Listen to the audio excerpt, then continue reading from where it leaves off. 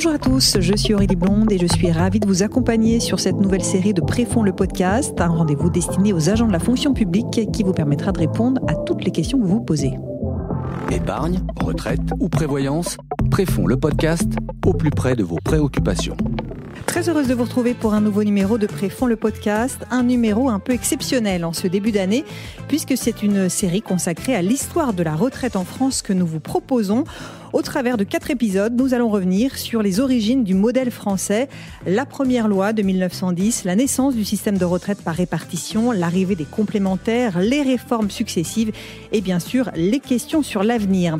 Et c'est avec Bruno Vallat que nous allons remonter le fil de cette histoire. Bonjour Bruno Vallat. Bonjour. Merci beaucoup de nous accompagner sur cette série spéciale. Vous êtes historien, agrégé, maître de conférences d'histoire contemporaine à l'Institut national universitaire Champollion à Albi et secrétaire de la rédaction de la revue d'histoire de la protection sociale, une revue d'histoire disponible sur le portail des sciences sociales Cairn.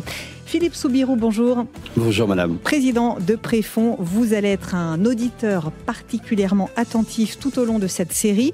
Philippe, d'abord, pourquoi l'association Préfonds a-t-elle voulu se pencher plus en détail sur l'histoire de la retraite en France ?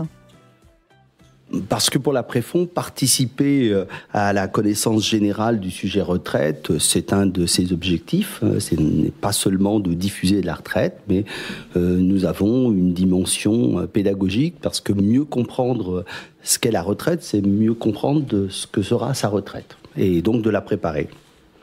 Et puis, plus particulièrement, connaître l'histoire de la retraite aide à comprendre les circonstances dans lesquelles les différents systèmes se sont mis en place, comprendre les besoins et aujourd'hui, de comprendre la nécessité ou non de faire des réformes, les chemins de ces réformes. Je résumerai ça dans une petite formule à dimension presque d'une boutade. Pour un Français de la France rurale du 19e siècle, la question de l'assurance vieillesse ne se pose pas dans les mêmes termes que pour son fils ou son petit-fils ou sa petite-fille qui seront ouvrières ou ouvriers dans une usine au début du XXe siècle. Pas plus que se posera pour leurs descendants la question des retraites après-guerre dans un moment de grande croissance, de redistribution et de création de ce qu'on a appelé plus tard les droits sociaux créances. Eh bien, c'est ce que nous allons voir tout au long de cette série de podcasts. Pour démarrer, je vous propose d'écouter une archive de François Mitterrand. Nous sommes en 1981 lors d'un meeting public organisé à Metz. Le candidat à la présidence décrit la vie d'un prolétaire au milieu du 19e siècle. La conquête du temps de vie. Mais qu'est-ce que c'est que la vie ? Qu'est-ce que c'était que la vie pour un prolétaire au milieu du 19e siècle ? C'était à 7 ou 8 ans le travail pour le compte des autres. C'était le travail jusqu'à la mort et sans repos. Il n'y avait pas de retraite à la fin de la vie. Il n'y avait pas d'arrêt de vacances ou de congés payés. Pas de retraite à la fin de la vie, disait François Mitterrand. Bruno Vallat, à quel moment l'idée d'accorder une pension à des travailleurs âgés a-t-elle commencé à émerger en France ? Alors, disons que c'est une histoire ancienne. Pour simplifier, je dirais au 19e siècle, avec le développement du salariat, dans la foulée de l'industrialisation du pays, qui posait la question de la dignité des travailleurs âgés et déracinés par les transformations économiques et qui ne pouvaient plus compter sur les solidarités traditionnelles. Quelles sont les premières formes de protection sociale ou d'assistance pour les travailleurs ? Alors, si on s'en tient à la retraite et au 19e siècle, les premiers bénéficiaires sont les agents de l'État. Pour les salariés du privé, seules quelques professions bénéficient d'un régime de retraite obligatoire avant la Première Guerre mondiale. Donc, pour la masse des travailleurs, il n'y avait que l'épargne, via la caisse d'épargne, la mutualité ou la caisse nationale des retraites, dont on parlera, je pense, tout à l'heure, ou alors la charité. Mais ces solutions étaient loin de procurer des ressources qui permettaient de finir dignement ses jours.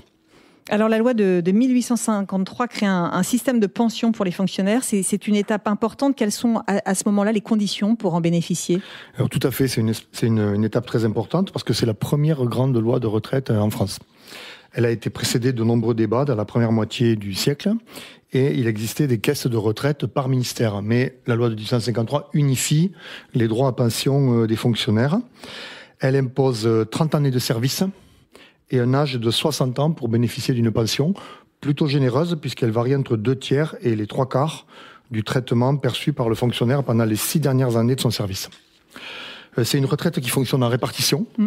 Et pour la financer, les assurés subissent une retenue de 5% qui est complétée par une subvention d'équilibre de l'État. Donc on est très proche sur le plan des principes du système actuel. Et la loi est restée en vigueur pratiquement inchangée jusqu'en 1924. Déjà en 1853, on est finalement très proche de ce qu'on connaît aujourd'hui. Oui, pour les retraites des fonctionnaires, oui. Alors à la fin du 19e siècle, avec l'essor de l'industrialisation, la retraite devient d'ailleurs obligatoire pour certaines professions comme les mineurs. L'historienne Danielle Fraboulet revient sur la dimension intéressée de l'initiative. Écoutez. Dans la métallurgie, qui est un secteur essentiel au cœur de la première révolution industrielle, le comité des forges, qui a été créé en 1864, lui a fondé en 1894 la caisse syndicale des retraites des forges sous la forme d'une société anonyme pour constituer des pensions de retraite pour les ouvriers ayant travaillé 12 ans au moins dans les établissements affiliés à la caisse. Et ça s'inscrit dans une logique d'assurance. Le risque des retraites augmentant avec l'âge, le système de cotisation varie par tranche d'âge. Et aucune contribution n'est exigée de l'ouvrier. En fait, cette possibilité permet de fidéliser la main-d'œuvre, la retraite étant assimilée à une récompense après 12 années dans le même métier. Parce qu'effectivement, dans la métallurgie, notamment, qui prend un essor tout à fait considérable lors de la première révolution industrielle, les entreprises ont été très vite confrontées à la pénurie d'ouvriers qualifiés. Et donc voilà pourquoi ils avaient établi tout ça. Nous sommes à une époque où c'est ça, Bruno Vallat, la retraite sert à fidéliser, à récompenser. Tout à fait, c'est tout à fait ça.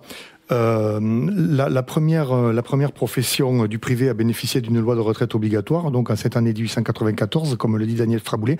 Ça n'est pas la métallurgie, mais les ouvriers mineurs, ce sont les mineurs. Une profession emblématique de la révolution industrielle. Cette loi est le fruit des luttes, d'ailleurs, des ouvriers mineurs, soutenus par un certain nombre d'hommes politiques, comme Jean Jaurès, par exemple, député de Carmaux, une circonscription minière. Alors, la loi rend obligatoire la constitution de caisses qui existaient en fait déjà dans nombre de compagnies, mais qui était le fruit d'une initiative patronale pour domestiquer et fidéliser la main-d'œuvre. Ça veut dire qu'on perdait tous les droits acquis en cas de départ de la compagnie avant l'âge de liquidation, par exemple, ou en cas d'indiscipline, c'est-à-dire en fait d'activité syndicale. Donc, pour remédier à ces problèmes, la loi de 1894 prévoit un droit des mineurs, via leur syndicat, sur un droit de regard sur la gestion des caisses, la fin de l'arbitraire dans l'attribution des droits, des règles de cotisation et de prestations uniformes, et puis des garanties sur l'emploi des fonds qui provenaient pour partie des retenues effectuées sur les salaires des ouvriers et qui parfois disparaissaient en cas de faillite ou de mauvaise gestion des entreprises car les compagnies avaient la main sur la gestion des caisses. Donc avec cette première loi, on est dans un système de type assurance sociale contributive qui là encore préfigure sur le plan des principes le développement ultérieur des retraites du secteur privé. On voit bien que là, les bases sont déjà posées à cette époque. Alors, parallèlement à l'État et au patronat, c'est aussi au 19e siècle qu'apparaissent de nouveaux acteurs comme les sociétés de secours mutuels qui assurent un minimum de besoins sociaux. Et c'est à ce moment-là qu'est créée la Caisse nationale des retraites, adossée à la Caisse des dépôts et consignations.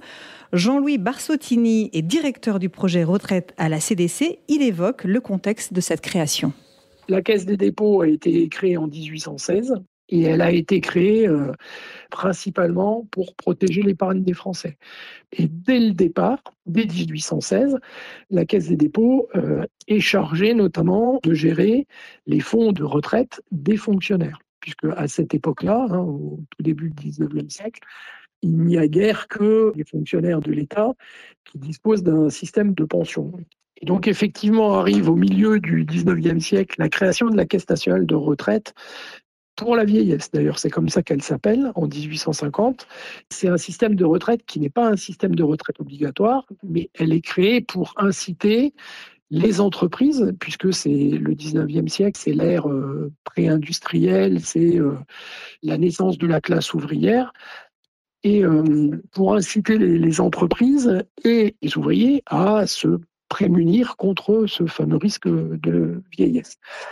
Comme c'était quelque chose de facultatif et que les gens avaient somme toute assez peu de moyens, L'expérience de la Caisse nationale de retraite de vieillesse du milieu du 19e siècle a porté peu de fruits et somme toute, peu de gens cotisaient ou versaient des fonds en vue de se constituer une épargne pour le moment de la retraite. Bruno Vallat, vous l'évoquiez tout à l'heure, c'est finalement à ce moment-là qu'on commence à poser les bases des notions de cotisation, de répartition, de capitalisation, peut-être d'ailleurs un peu préciser ce que veut dire chaque notion. Oui, alors en fait, vous avez raison, dès le départ, on va dire, où presque ces questions sont posées. Donc le principe contributif, selon lequel les intéressés doivent payer pour financer une partie du coût de leur pension, fait l'unanimité. Par contre, il n'en va pas de même de l'alternative capitalisation-répartition. En fait, on débat de cette question chaque fois qu'on parle d'établir une nouvelle loi de retraite. Et les débats sont sans fin, sans que les solutions retenues soient toujours les mêmes. Par exemple, la loi de 1853 pour les fonctionnaires, comme je l'ai dit, fonctionne en répartition. Mais celle de 1894 pour les ouvriers mineurs fonctionne, elle, en capitalisation. Ça veut dire que les fonds acquittés par les intéressés et leurs employeurs sont réservés pendant une durée très longue pour constituer les pensions futures qui leur seront servies une fois arrivé l'âge de liquidation. Dès 1889, l'Allemagne bénéficie d'un régime de retraite qui couvre une grande partie de la population. Est-ce que la France s'inspire de ce modèle à cette époque ? Alors, il est vrai que le système instauré à la fin des années 1880 par le chancelier Bismarck en Allemagne est alors unique au monde par son étendue, même s'il est, d'un point de vue des prestations très... comment dirais-je, très chiche, puisqu'en fait, il s'agit plus d'une loi d'invalidité que de retraite, et que les droits ne sont ouverts qu'à l'âge de 70 ans.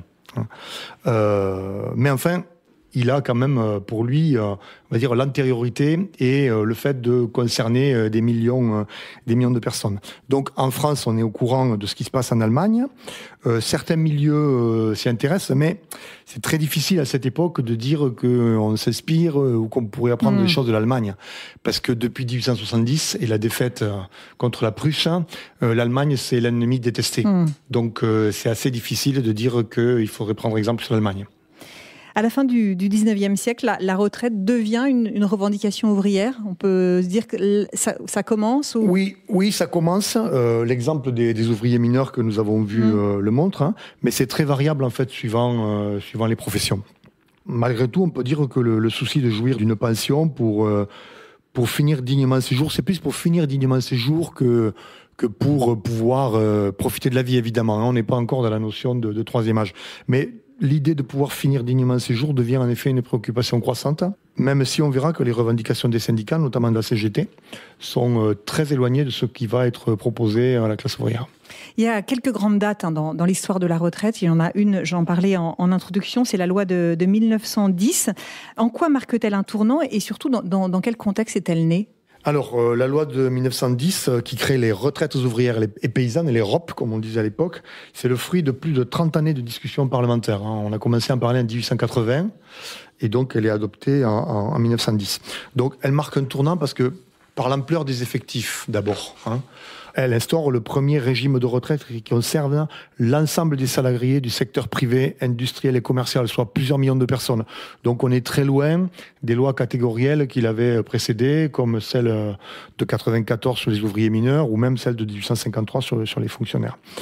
Alors elle prévoyait donc une véritable retraite basée là aussi sur l'assurance sociale, c'est-à-dire avec une participation financière conjointe des intéressés et de leurs employeurs, plus une contribution de l'État, et des caisses de retraite, avec une architecture assez compliquée, et qui donc devait permettre, au bout de 30 années, là encore, de constituer des pensions pour la classe ouvrière et plus largement pour les salariés du secteur privé. Dans le débat répartition-capitalisation, on a retenu le principe de la capitalisation, parce que ce principe semblait plus en accord avec, disons, les principes de l'épargne et de la prévoyance, auquel la France bourgeoise de l'époque accordait beaucoup de valeur, et aussi parce que le franc jouissait depuis un siècle d'une grande stabilité. Alors le principal obstacle à l'adoption de la loi, qui explique qu'il a fallu 30 ans pour l'adopter, résidait dans le principe de l'obligation. Si ce principe avait été accepté sans trop de difficultés pour les fonctionnaires ou pour les mineurs, c'était beaucoup plus délicat pour une population aussi large que celle concernée par la loi de 1910. Pour beaucoup, cela représentait une atteinte insupportable aux libertés et aux droits de propriété. Par comparaison, les différentes formules de prévoyance subventionnée, celle de la mutualité ou de la Caisse nationale des retraites, dont on a parlé tout à l'heure, paraissaient beaucoup moins dangereuses, parce qu'elles reposaient sur une cotisation volontaire et non obligatoire. Comment a-t-elle été accueillie par les syndicats de l'époque, Philippe Soubirous? Est-ce que vous voulez intervenir sur ce point? Oui, volontiers. Alors, d'une part, rappelons que les syndicats étaient très inféodés aux partis politiques, qu'ils étaient bien moins nombreux que ce qu'ils sont aujourd'hui, fractionnés après l'après-guerre. Mais ce qui me fait réagir, c'est justement ce débat répartition, capitalisation et le choix qui est fait dans l'Europe. Et pour répondre à votre question, je reprendrai la position de Jaurès qui était clairement pour la capitalisation.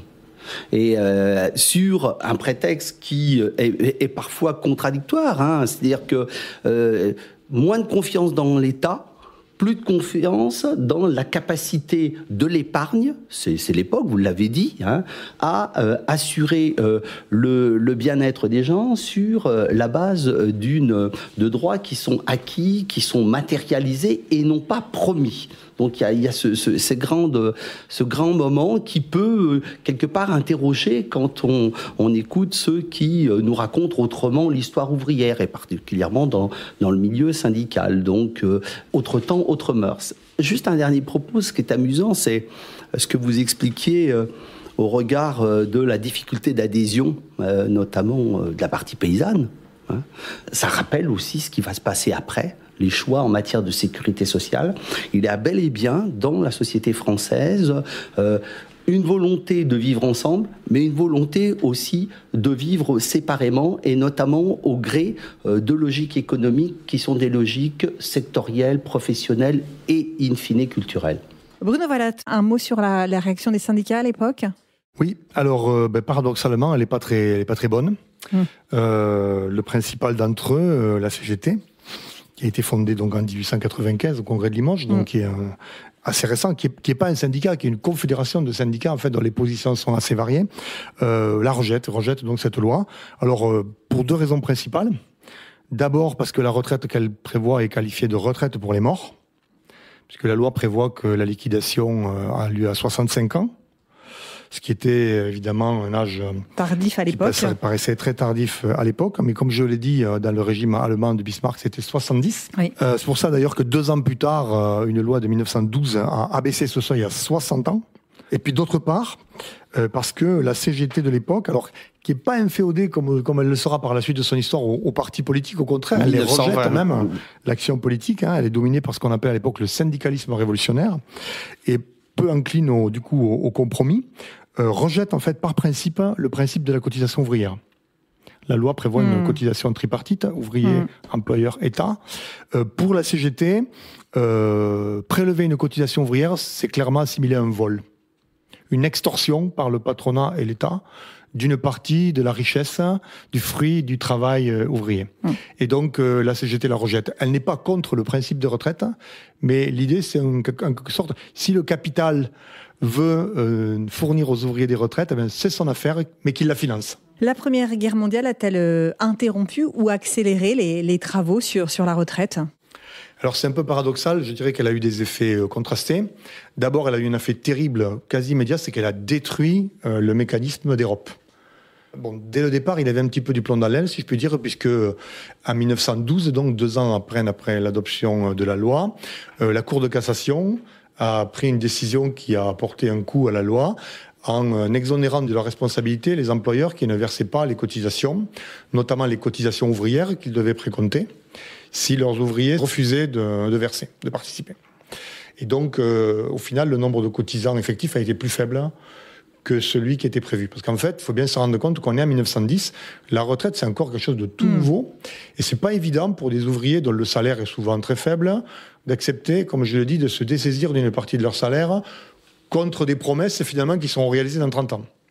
Donc il y a eu une certaine réticence. Et puis surtout, alors là on n'est plus en 1912, on est pendant la guerre. La guerre a déclenché quelque chose qu'on pensait inimaginable, c'est-à-dire une inflation qui ensuite va se poursuivre pendant les années 20 et au-delà, et qui va progressivement ruiner la valeur des avoirs capitalisés dans les caisses de retraite. puisqu'il n'y avait aucun mécanisme d'indexation des cotisations. Elles étaient placées en fonds en rente d'État, avec un rendement faible, et elles n'étaient protégées par aucun mécanisme d'indexation. Donc, en quelques années, le produit des cotisations versées par les assurés a été réduit à peu de choses. On verra ce qu'il en a été par la suite, mais ça a porté un coup fatal à Europe. Donc de ce point de vue, la Première Guerre mondiale a été un événement très négatif pour les retraites. Par contre, avec le choc qu'a connu la société française, elle a contribué à accroître les préoccupations vis-à-vis de populations fragiles, les vieux, comme on disait à l'époque, mais aussi les très nombreuses victimes de la guerre, les mutilés, les infirmes, les veuves, les orphelins. Et par rapport à ces populations, l'État ne pouvait pas rester insensible et inerte.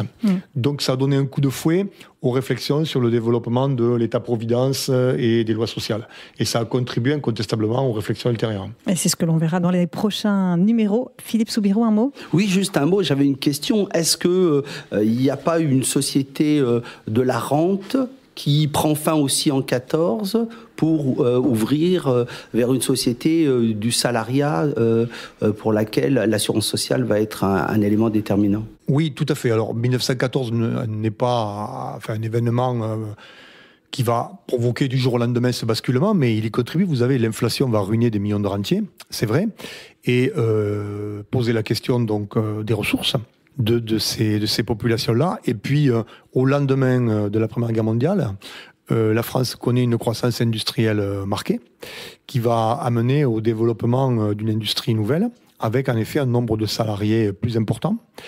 Et ces salariés seront assez différents des ouvriers du 19e siècle, qui étaient souvent des ouvriers de l'artisanat des métiers. Et ils seront davantage intéressés, en effet, par la retraite.